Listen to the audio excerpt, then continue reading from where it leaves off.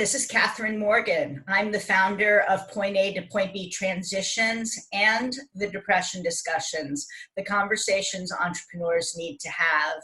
Today, I am so excited to share a conversation with my good friend, Lizbeth Hamlin. Lizbeth is a licensed psychotherapist based in the San Francisco area. And I'm going to tell you how I met Lizbeth because it's a funny story.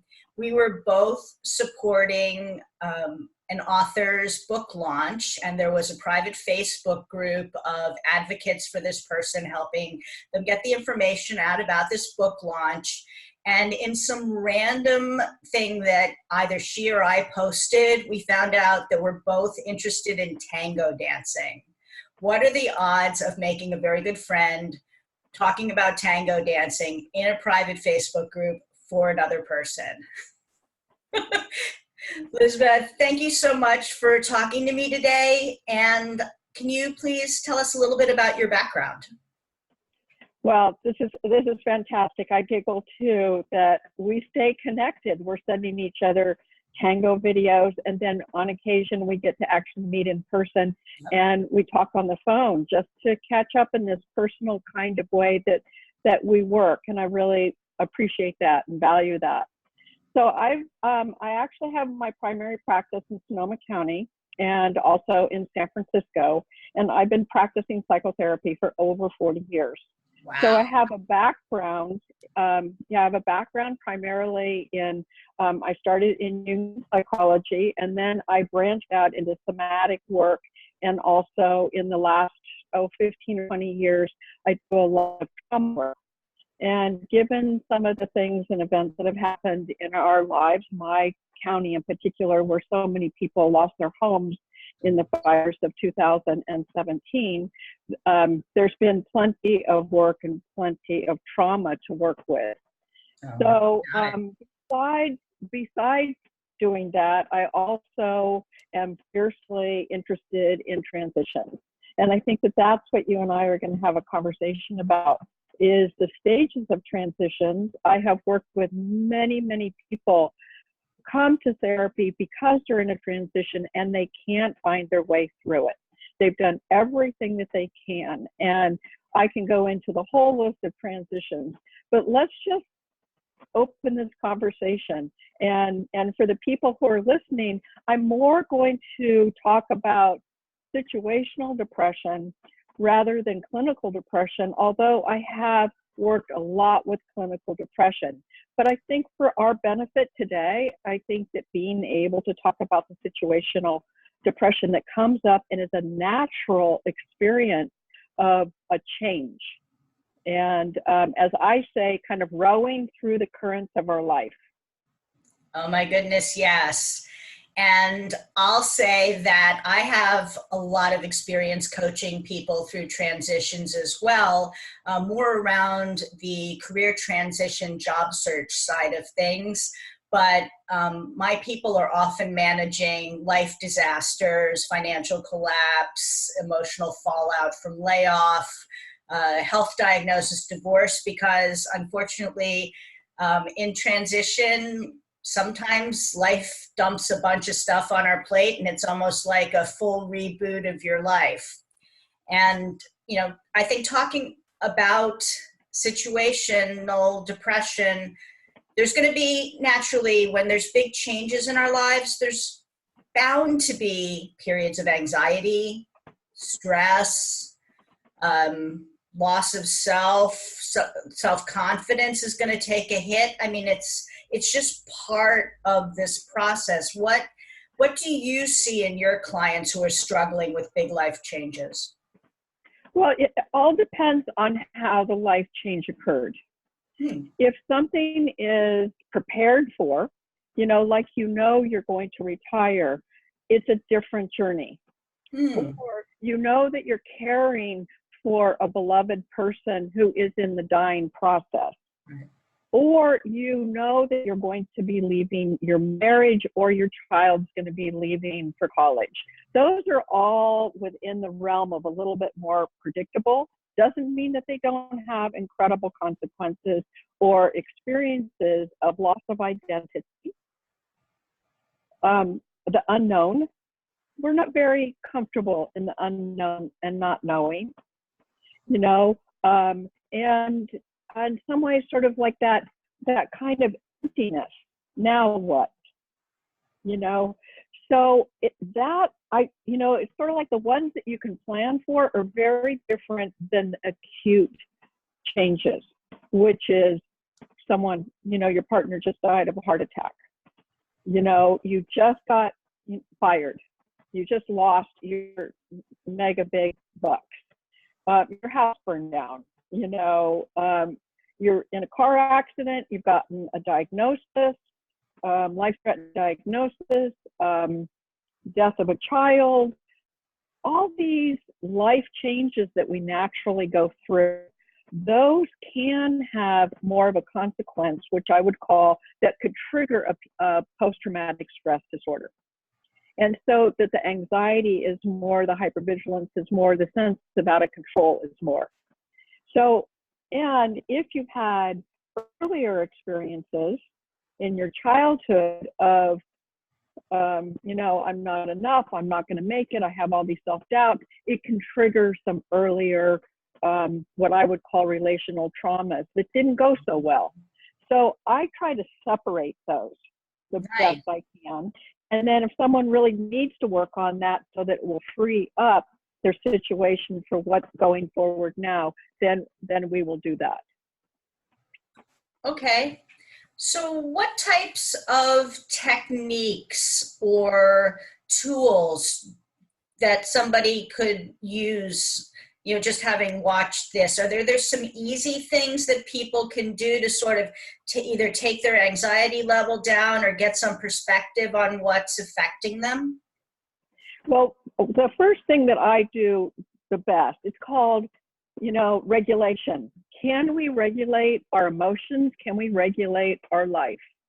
You know, can we regulate our overstimulation?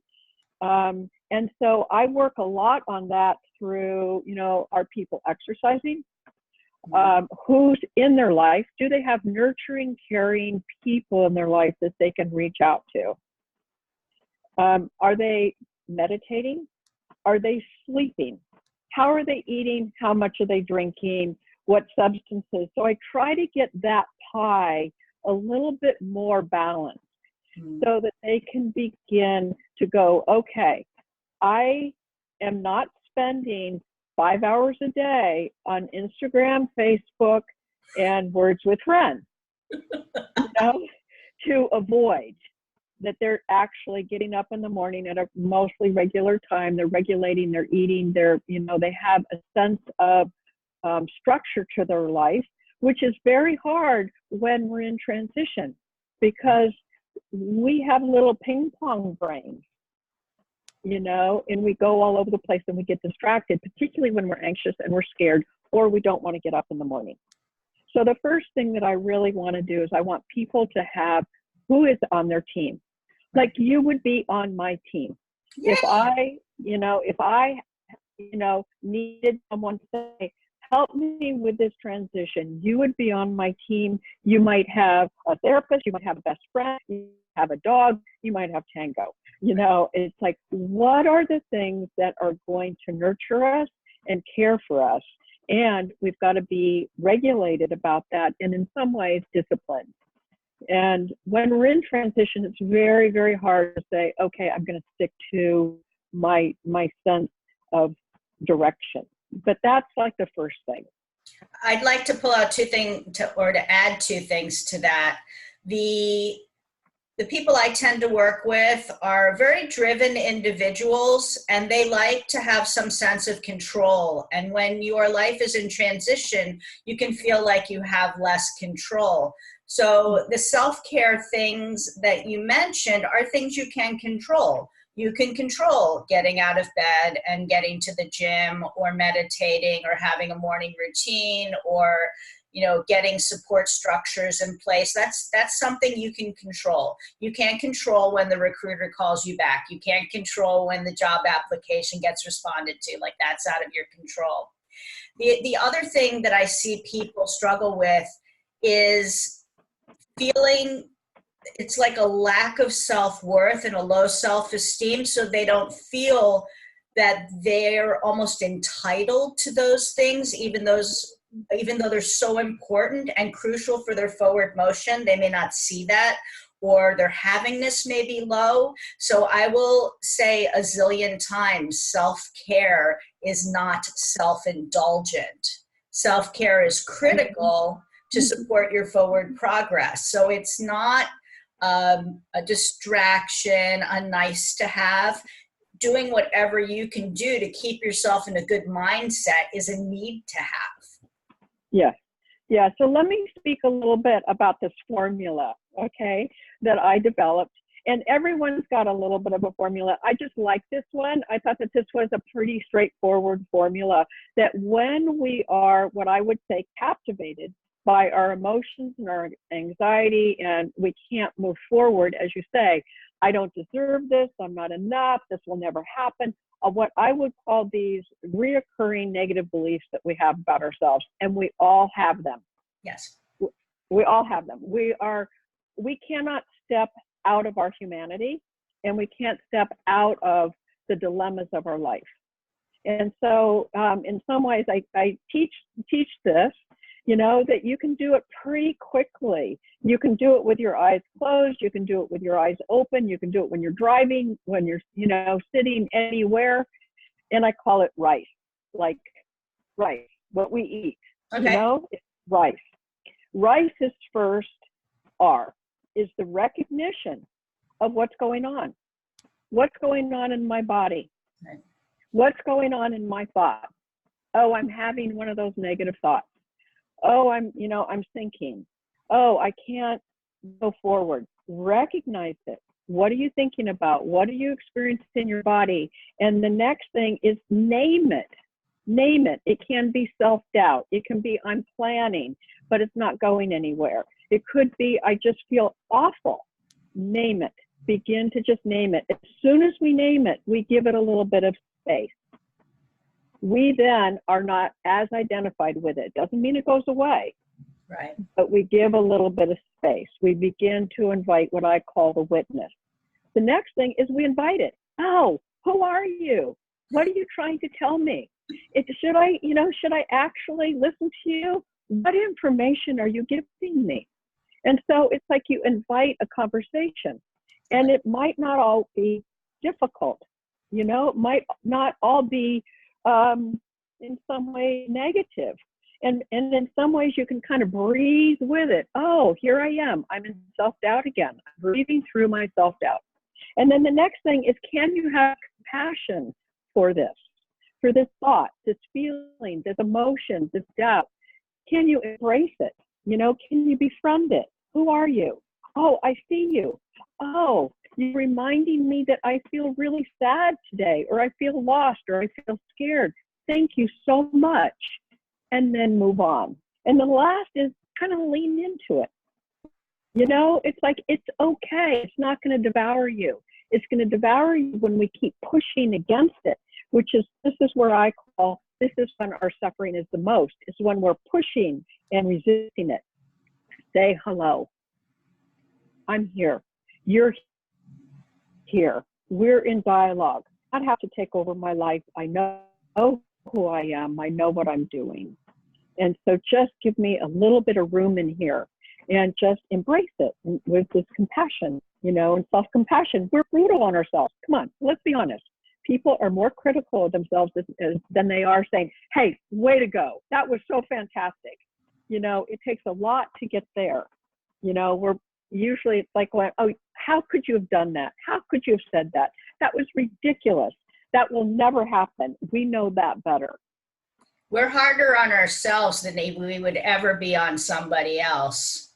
And, yeah. And we tell ourselves much more terrible things than mostly we hear. Some people are in toxic relationships, but the bulk of us, the bad stuff we hear is going on inside. You know, I loved what you said about getting perspective of where you are right now. I have this little technique that sounds ridiculous, but works beautifully well. With when anxiety starts ratcheting up, I'm like, oh, my old friend anxiety. My old friend anxiety, I've actually given it a physical form. It looks kind of like a combination of a pug and a gargoyle, about, that big. And I'm like, oh, Seymour, there you are. What do you have to tell me today? And we just have a little conversation, and then I send Seymour to his dog bed. And it's just so much easier to acknowledge it, to name it, to take any, if it does have something useful to tell me, I'm happy to hear it. If it's just, monkey mind, nonsense, or it's not particularly helpful, off he goes to his dog bed. But I know that sounds completely ridiculous, but it works really well. It works incredibly well, and I love that you just talked about it, because if we can, name it, give it a form, it really helps.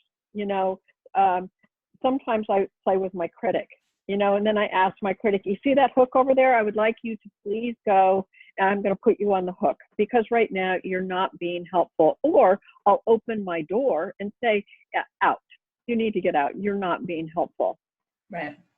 And it's taking ownership. And then even, in this kind of thing where you feel like you have no agency, you've given yourself agency, even if it's imaginary agency. But I don't think your brain can always tell the difference. So it may just be what you need to move through that. Yeah. And each of these transitions, it's like they take their own time, and so sometimes I see it a little bit like it's a cycle, where the event happens, and you might kind of go into a dark place in that initial part. Mm-hmm. Then it begins to sort of lighten up. You get some direction, you get some feedback, you see maybe this was the best thing that could have happened, or it was inevitable. I just got off that conversation with a client right now. I'm like, I said, look, you couldn't have quit because it was just too sweet an opportunity. The fact that this blew up is the best thing that ever happened to you. And she was like, you're right. Yeah. Yeah. So it takes a while to admit that there are these lessons to be, that we can experience when these transitions happen, whether we choose them or they're chosen for us. Right. And that's, I think, where I tend to give people pen a children's book, When Things Fall Apart. Ooh, I haven't read that. Just really is helpful when the fabric of your life has just tattered. And to see in some ways, it's what was going to happen. It was inevitable. Right. That everything has a particular kind of order, even though we don't at that time, accept it or want to accept it. Right. But I also think you can't rush it, and you need to take time to work through the analyzing and the taking the lessons learned and the mourning and the grieving, and then moving forward. Like I think if you try and jump over that chasm, it either leads to repeating and you find yourself in the same situation again because you didn't work through that, or it leaves you, open to some body issues because you didn't grieve it. Like I think that taking the time to analyze, process, and get to the other side of something in big transitions is critical. What do you think? Absolutely. And I think, as you said, if you don't, it will come back in some way as, something that was unprocessed, and this part is a little bit intolerable because it's filled with things that we don't sign up for. It's part of our human experience that is uncomfortable, and in some ways, you don't want to share it that easily, right. And yet it's the very thing that I know brings people into my practice, right. Is I have to talk about this, that it's been sort of secretive and darker and uncomfortable and filled possibly with shamey, icky, slimy, yucky. Who wants to talk about this? Blech. Yes. And shame is just one of those particular places of what is it that I did? How was it my fault? And in many ways, once something is processed, it's like, taking fault off of you is one of the greatest freedoms you can have. Yep. Yep. So given that we met through our love for tango dancing, maybe we should wrap this up talking about the importance of moving your body. And it doesn't have to be tango. It can be ugly dancing in your kitchen to your favorite music, or going for a walk, or yoga, or I know we both like to swim. What is it that moving your body does for you in transition? If we don't move our body, things will stay stuck. Our beliefs will stay stuck. Our emotions will stay stuck. Our thoughts will stay stuck. I sometimes, when someone has asked me something of going, what would you do about this? I said, I'll let you know after my walk. I'll let you know tomorrow. Yep. I was talking with someone last night at a tango practica, and said, I have a little bit of a shoulder thing from Pilates, swimming, and tango. Right. And it's like moving my body is essential. I sit for a living. And so it's like how I can let things go is so important in being physical. Even if it's you get up and you walk around your room, or you go from, the kitchen to the bedroom to the bathroom, or you go outside. I am a nature lover. And so I have to be, around trees. I live in the wine country. I'm spoiled. I get to see beautiful, beautiful hillsides and vineyards, and I'm a photographer. So I'm going to take time to pause. And I'm going to teach people to pause and also move that energy. And that's part of regulating. Is we can't regulate if we don't move our body. I agree. And I found that people who don't make an active effort to move, this sticky, yicky energy can lodge somewhere and cause some kind of discomfort, stomach, migraines, lower back, hips are sort of the usual suspects. But keeping this energy moving and getting it, ultimately out of your system is certainly part of a good transition. Mm-hmm. I also am a big proponent on being in contact with other human beings. Yes. That, we share ourselves and we see ourselves through the connection, whether that's what we're doing right here, we're talking, we're having conversation, we go to lunch, we go to coffee, and that we're touched, we're hugged. Right. When's the last time somebody got a massage, or they got, some kind of form of body work so that the energy moves? Yes. So I have a handful of resources of, okay, here's the acupuncturist, here's a this, here's a that, to move the body and to deepen the reality of where you are. And then, then the light comes back and you begin to move again. Yeah, you can get some distance, some clarity, some perspective. Options can open up, especially talking to someone who has different experiences from you, and also experiences with a wide range of individuals is part of what you or I bring to our clients, because we've worked with, at this point, hundreds of people in different situations, and they could never see this path. But we say, oh, you know what? So-and-so did that. This is how they got there. Yes, and isolation is the killer. And a big contributor to depression.